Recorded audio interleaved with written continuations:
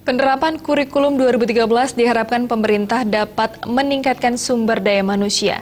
Pengamat pendidikan Putu Sarjana mengatakan ada banyak tantangan kurikulum 2014. Salah satu tantangan itu, kemampuan mengakses internet sebagai sumber belajar masih sangat kurang.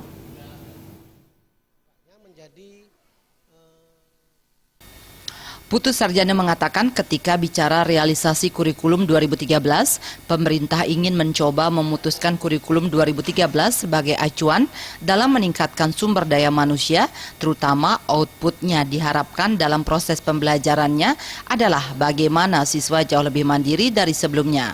Tetapi menurut Sarjana, apa yang diharapkan pemerintah dengan kondisi lapangan yang ada tidak bisa terpenuhi sesuai dengan cita-cita kurikulum 2013. Ada beberapa hal menjadi alasan mendasar sebuah kurikulum 2013 tidak secara maksimal bisa diterapkan.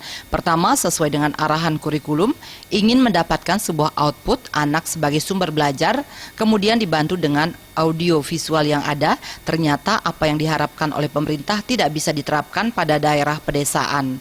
Selain itu, kurangnya kemampuan mengakses internet sebagai sumber belajar, serta kurang kemampuan guru di dalam mendistribusi keinginan kurikulum 2013, serta permasalahan buku-buku yang disediakan untuk kurikulum 2013 belum didapatkan secara utuh oleh satuan pendidikan yang ada. Sesuai dengan arahan kurikulum itu kan ingin mendapatkan sebuah output yang diharapkan bahwa anak-anak sebagai sumber belajar.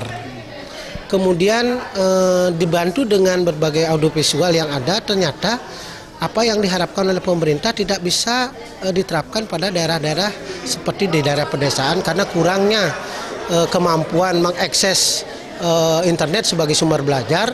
Kemudian yang kedua, kurangnya juga kemampuan guru di dalam mendistribusi keinginan kurikulum 2013 di antara kemampuan guru sendiri tidak terbekali oleh sebuah kondisi yang bisa memadai untuk tujuan kurikulum itu.